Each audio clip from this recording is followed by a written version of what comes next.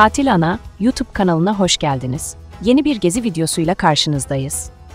Bu videoda köklü geçmişiyle her yıl binlerce turisti ağırlayan Gaziantep'te gezilecek yerlere yakından göz atacağız. Tarihi yapıları, antik kentleri, müzeleri ve eski şehir merkeziyle dikkat çeken Gaziantep, antik çağlardan bu yana önemini koruyan bir yerleşim yeridir. Eski çağlarda ismi Ayıntap olarak geçen şehir, zamanla Antep olarak değişirken, Kurtuluş Savaşı sırasındaki kahramanlığından ötürü Gazi unvanını alarak Gaziantep olmuştur. UNESCO tarafından Dünya Gastronomi Şehri ilan edilen Gaziantep'teki turistik noktalara yakından bakalım.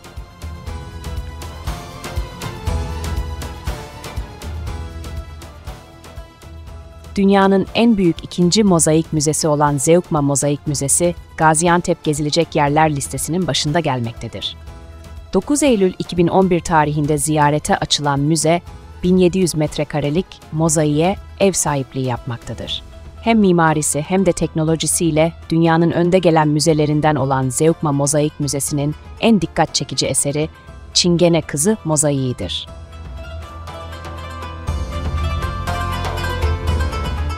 Gaziantep'in merkezindeki bir tepeye kurulmuş olan Gaziantep Kalesi'nin ne zaman inşa edildiği kesin olarak bilinmemektedir. Hititler döneminde gözlem amaçlı kullanılan kale, tarih boyunca birçok kez onarımdan geçmiştir. Gaziantep şehriyle özdeşleşen Gaziantep Kalesi, şehrin tarihi merkezinin ortasında yer almaktadır. Kalenin çevresinde gezilecek çok sayıda turistik nokta bulunmaktadır. Panorama 25 Aralık Müzesi, Gaziantep'in düşman işgalinden kurtuluşunun 100. yılında tamamlanarak ziyarete açılmıştır. Gaziantep Büyükşehir Belediyesi tarafından açılan müzede, Antep savunmasında yaşanan kahramanlıklar anlatılmaktadır. Açıldıktan sonra ilk 2 yılda yaklaşık 400 bin ziyaretçiyi ağırlayan Panorama 25 Aralık Müzesi'nde 14 yağlı boya tablo, 3 diorama, 1586 metrekarelik alana sahip yağlı boya panoramik resimlerin yanında 750 kadar eser bulunuyor. Osmanlı hamam mimarisi ve kültürünün yansıtıldığı Gaziantep Hamam Müzesi, Mustafa Paşa tarafından yaptırılan külliyenin hamam bölümünde bulunmaktadır. 1577 yılında inşa edilen yapı, uzun yıllar boyunca Paşa Hamamı adıyla hizmet vermiştir. 2015 yılında Gaziantep Büyükşehir Belediyesi tarafından onarılan yapı, Gaziantep gezilecek yerler listesine kazandırılan bir müze haline gelmiştir.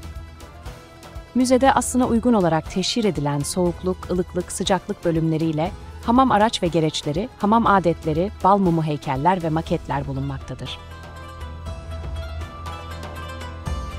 Kişisel para koleksiyonu yapan Esat Kaplan, 2005 yılında önce gezici müze, ardından hem gezici hem de kalıcı müze olarak para koleksiyonunu sergilemeye başlamıştır. 30 yıldan uzun bir süre boyunca topladığı farklı paralarla para müzesini açan Esat Kaplan'ın koleksiyonunda 4 ton ağırlığında para bulunmaktadır. Tarihi bir yapıda kavanozlar içerisinde sergilenen paraları Gaziantep Para Müzesi'nde görebilirsiniz.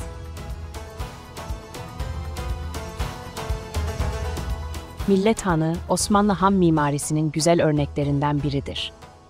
2 katlı, tek avlulu bir yapı olan Millet Hanı, Mustafa Paşa'nın Antep Beyliği döneminde 1575 yılında inşa edilmiştir.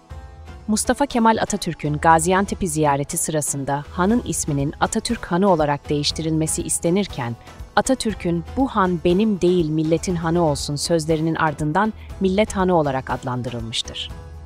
Millet Hanı, günümüzde bir dinlenme alanı olmakla birlikte turistik el sanatlarına da ev sahipliği yapmaktadır.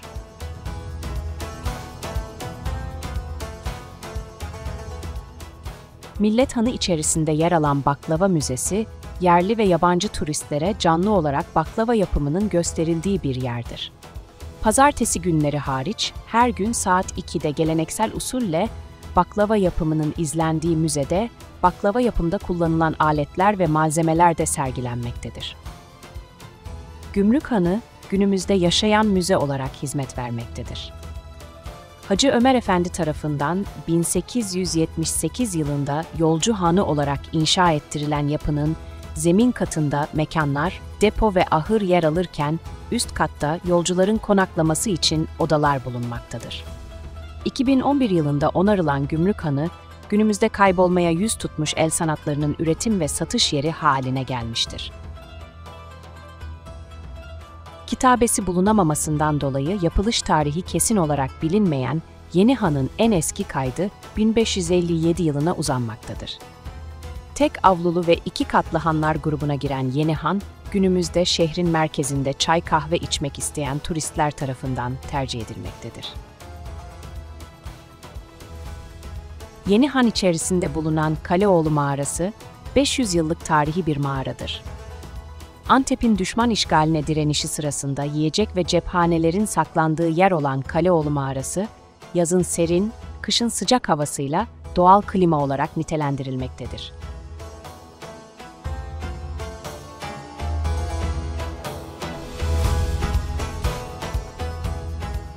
Gaziantep'in en popüler noktalarından olan Bakırcılar Çarşısı, adını çarşıda bulunan bakır dükkanlarından almıştır.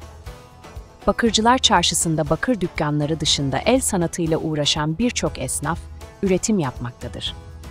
Ahşap kaplamalı dükkanlar ve taş döşenmiş sokaklarıyla yüzlerce yıllık geçmişi hissedebileceğiniz Bakırcılar Çarşısı, günümüzde bakırcılık sanatının yoğun olarak devam ettiği bir yerdir. Gaziantep'in en eski çarşılarından olan Almacı Pazarı, günümüzde canlılığını korumaya devam ediyor. Gaziantep şehir merkezindeki Almacı Pazarı, yöresel ve organik ürün denildiği zaman akla ilk gelen yerlerden oluyor. Çarşıda çeşitli baharatlar, Antep fıstığı, kurutmalık sebze ve ürünler, acılı acısız salçalar, şire ürünleri satılıyor. Gaziantep Büyükşehir Belediyesi tarafından 2022 yılında açılan Udma Peynir Müzesi ve Restoran, şehir merkezindeki eski hamam binasının düzenlenmesiyle turizme kazandırılmıştır. Hem restoran hem de müze olarak hizmet veren yapı, kahvaltılık menüsüyle ziyaretçilerini ağırlamaktadır. Restoranın alt kısmında ise peynirin yapım sürecinin çeşitli bilgilendirme panoları ve peynir yapımında kullanılan aletlerle anlatıldığı bölüm bulunmaktadır.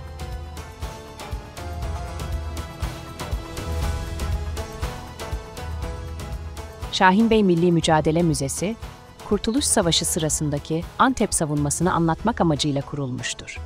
Müzede savaş döneminden kalma silahlar, o dönemde kullanılan eşyalar, giysiler, kitaplar ve dergiler sergilenmektedir.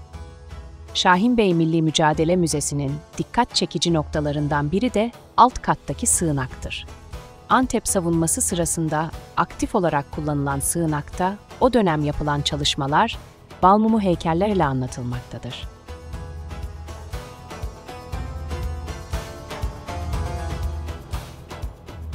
Gaziantep'in tarihi evleri, günümüzde Bey Mahallesi olarak adlandırılan bölgede toplanmıştır.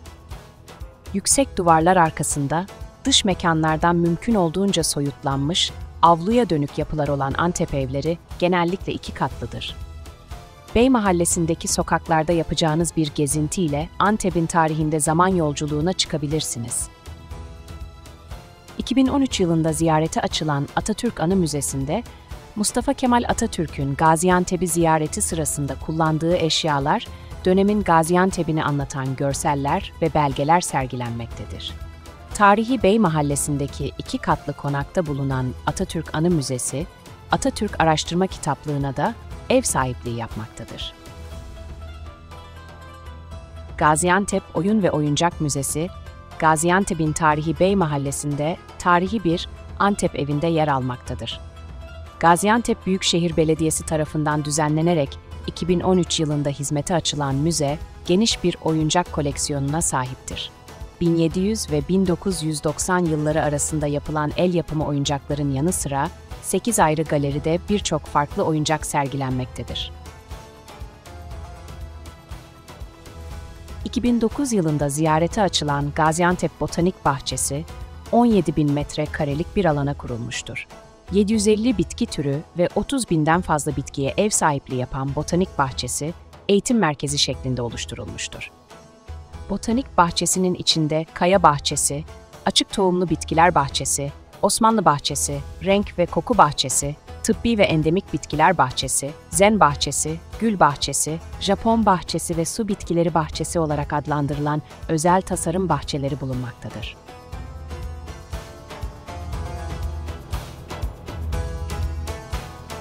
Gaziantep Büyükşehir Belediyesi tarafından Burç Ormanı içerisindeki 1000 dönümlük araziye kurulan Gaziantep Hayvanat Bahçesi, Türkiye'nin en büyük hayvanat bahçesidir. 2015 yılında açılan, Türkiye'nin ilk safari parkına da ev sahipliği yapan Gaziantep Hayvanat Bahçesi'nde, Tropik Kelebek Merkezi, Şempanze Adası, Fok Gösteri Merkezi, Zooloji ve Doğa Müzesi gibi alanlar bulunmaktadır. Zooloji ve Doğa Müzesi, yurt içi ve yurt dışındaki hayvanat bahçelerinden fizyolojik ömürlerini tamamlayan hayvanların sergilendiği bir müzedir. Avrupa'nın en büyük hayvanat bahçelerinden olan Gaziantep Hayvanat Bahçesi, 8.000'e yakın hayvanı barındırmaktadır. Hititler zamanında 100.000 metrekarelik bir alanı kaplayan taş ocağı olan Yesemek, Yakın Doğu'nun bilinen en büyük taş işçiliği atölyesiydi. Yesemek Taş Ocağı ve Heykel Atölyesi, kültürel kategorisinde UNESCO Dünya Mirası geçici listesine 13 Nisan 2012'de eklenmiştir. Zöğükma Antik Kenti, Gaziantep'in Nizip ilçesine bağlı Belkıs köyünde bulunan antik yerleşim yeridir. Zöğükma'da Roma İmparatorluğu döneminden kalma evlerin tabanlarını süsleyen mozaikler, bölge baraj suları altında kalmadan önce başlatılan kurtarma kazıları sonucunda ortaya çıkartılmıştır. Kazılarda ortaya çıkartılan ünlü mozaikler, Zöğükma Mozaik Müzesi'nde sergilenmektedir. Rumkale, günümüzde Nizip Birecik Barajı Gölü'nün oluşmasıyla doğmuş bir yarımadada yer alan tarihi kaledir. Rumkale'deki mimari kalıntılar, geç Roma ve Orta Çağ karakteri taşımaktadır. Kalede, bugün görülebilen yapılar arasında Aziz Nerses Kilisesi, Varşavma Manastırı, çok sayıda yapı kalıntısı, su sarnıçları, kuyu ve hendek yer almaktadır.